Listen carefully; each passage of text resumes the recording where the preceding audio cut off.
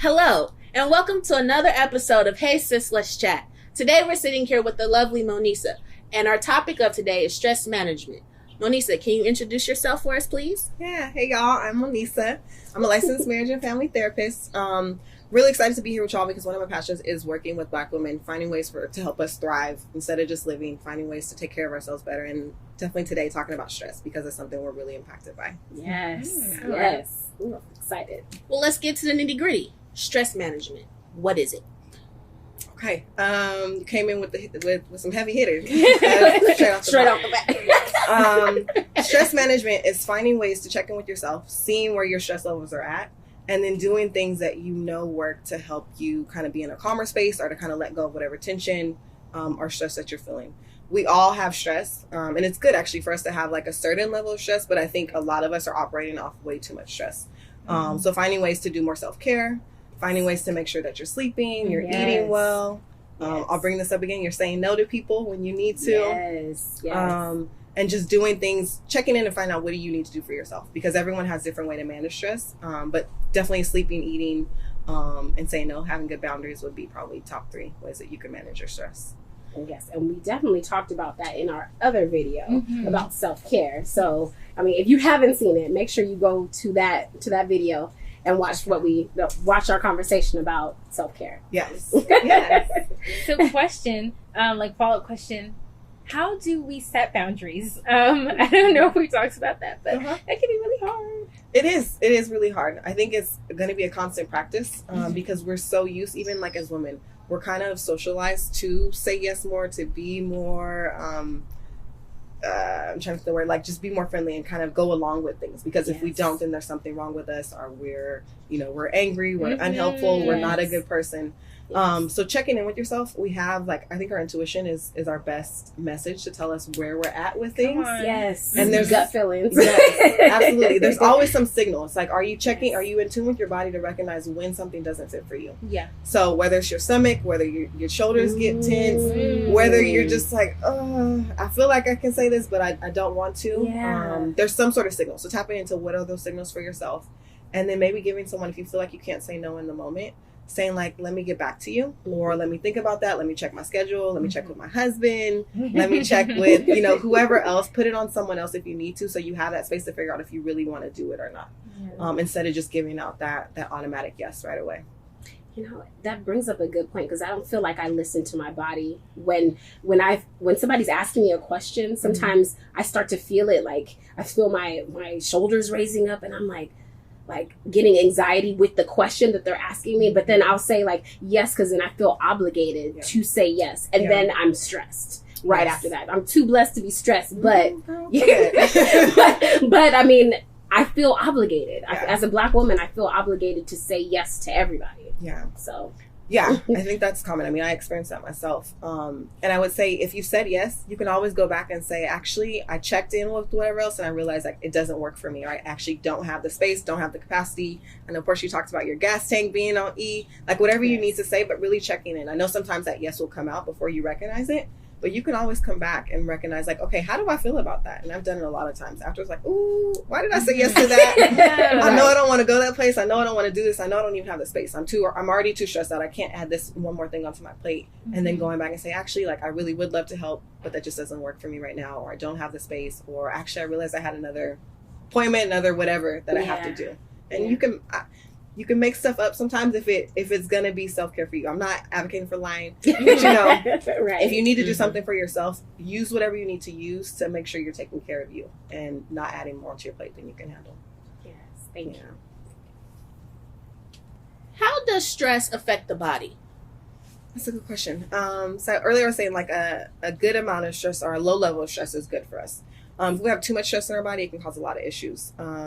You can have stomach issues, so kind of the lining of your stomach can be messed up. Chronically, some people have a lot of issues with ulcers, absolutely.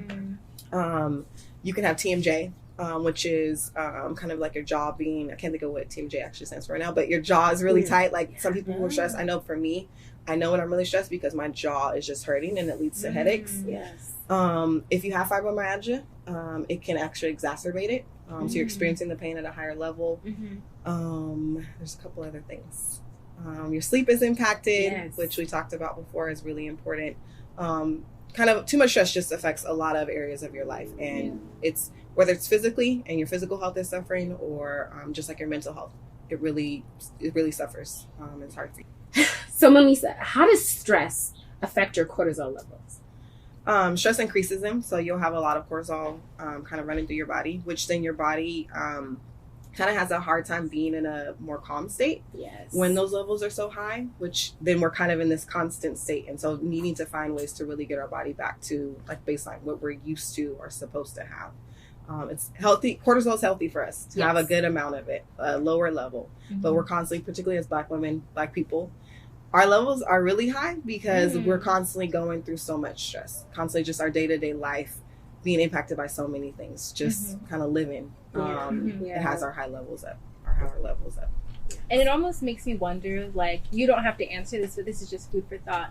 If, like, historically, the way that Black people have been treated with systematic racism, if that also has a genetic component as to why we have higher cortisol levels and just higher stress in general. It definitely does. Yeah. Things that happen to our grandparents, our great-grandparents, our parents, it gets passed down. It's all within our genes, and actually, particularly women. So if your grandmother had epigenetics, is kind of what I'm speaking of. Yeah. Your grandmother had all of her eggs, or your grandmother had your mother, and actually your mother had you inside of her when she was being formed in the fetus. And so whatever your grandmother was experiencing when she was pregnant with your mother, that will impact you. You have some of that being passed down, or even for boys, you also have that as well. All of those things that they've experienced, it has been passed down to us, and we're kind of living our life with taking all of that on. And so kind of really being mindful of those things. How are you living your life? How are you practicing your self-care? How are you making sure you're managing not only what's going on now, but the triggers that you may be experiencing from anything else that your family has kind of passed down to you? And also what you're going to pass on to your kids children, if you choose to have kids. Yes, right. Absolutely. Yeah, because it's not like, that just shows that it's not just behavioral things like how you talk to your kids and how you raise them. It's also like what you've really done up until that point of having kids, what you've done for yourself. Yeah. And it's never too late. You could have kids and maybe you haven't recognized what was going on before, but you can start that process of healing and you can pass that on, because then you're shifting and changing how you are interacting with your kids, how you're living your life, and they're seeing that. And that's also changing things for them.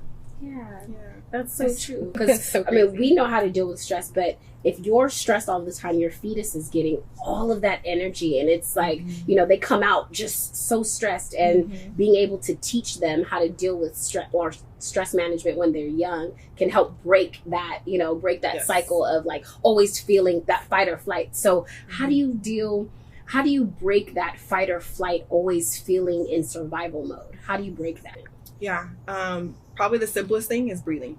And it's something that, we naturally need to do to survive, but a lot of us aren't deep breathing. Like even when I said breathing, that's what most of us are doing. We're kind of going through just getting enough oxygen to kind of keep us going, but it's not what we really need to keep us in a calm state.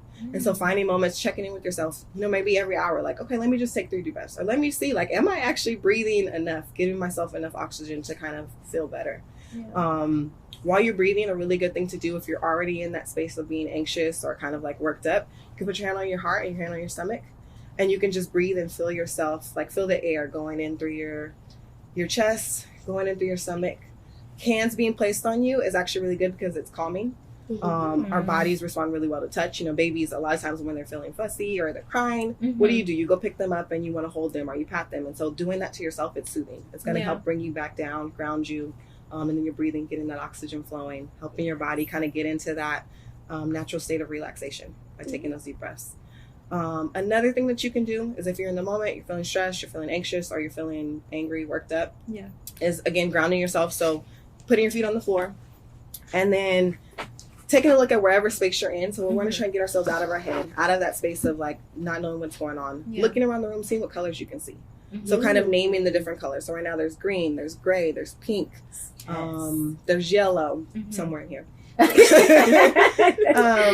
Doing that, it's like if you're having to categorize things and look around, your body doesn't have enough time to stay in that space of being worked up. You can name items. So you see a plant, you see a chair, you see a candle, kind of doing all those, whatever categorization you want to do, whatever things you want to call out, doing that. Your favorite items, your favorite foods, anything that just gets you out of that space. I'm going to apply that like today. Let me throw one more in because I know we do this. It's reaching out for support. So I know a lot of us. I know myself. I don't know about y'all, but you can tell me. You're talking to me too. When something is going on, first thing I do is call somebody and be like, let me tell you what happened. And so as much as you can do that, reaching out for someone that can be a safe space. I'll say this. We were talking about boundaries before. So if you need to vent, maybe checking in with the person. Hey, I have something going on. Are you in a space to receive this? Because a lot of times we unload and people unload on us, right? And so we want to practice honoring people's boundaries, but also modeling that. Sometimes no one recognizes that either. And then being able to share what's going on. Maybe you just need a listening ear and you get it out so you're not holding it in.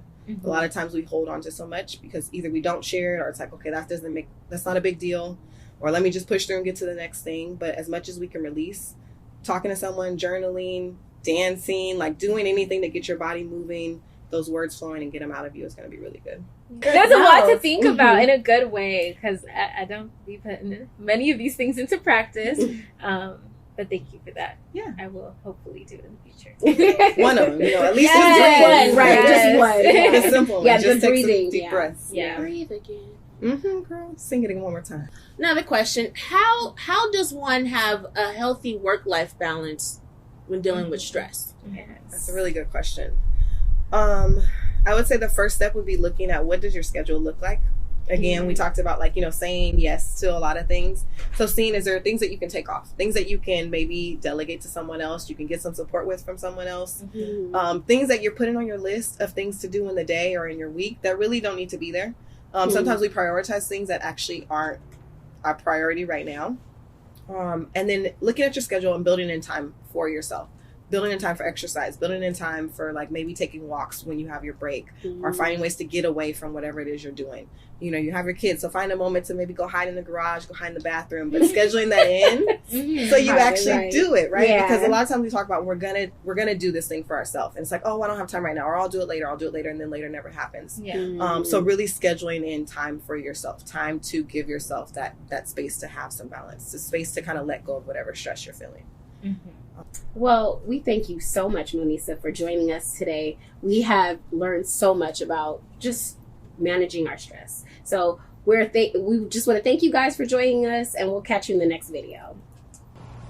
Hi everyone, thank you so much for watching thus far, and we hope that you continue to tune in to the rest of our videos. In order to let us know what you like, please like, comment, subscribe, and check out the content in the description box. It's going to be full of recipes, information about roots and all of our different social media outlets, and also ways that you can let us know what you would like to see in the future. We hope to see you again.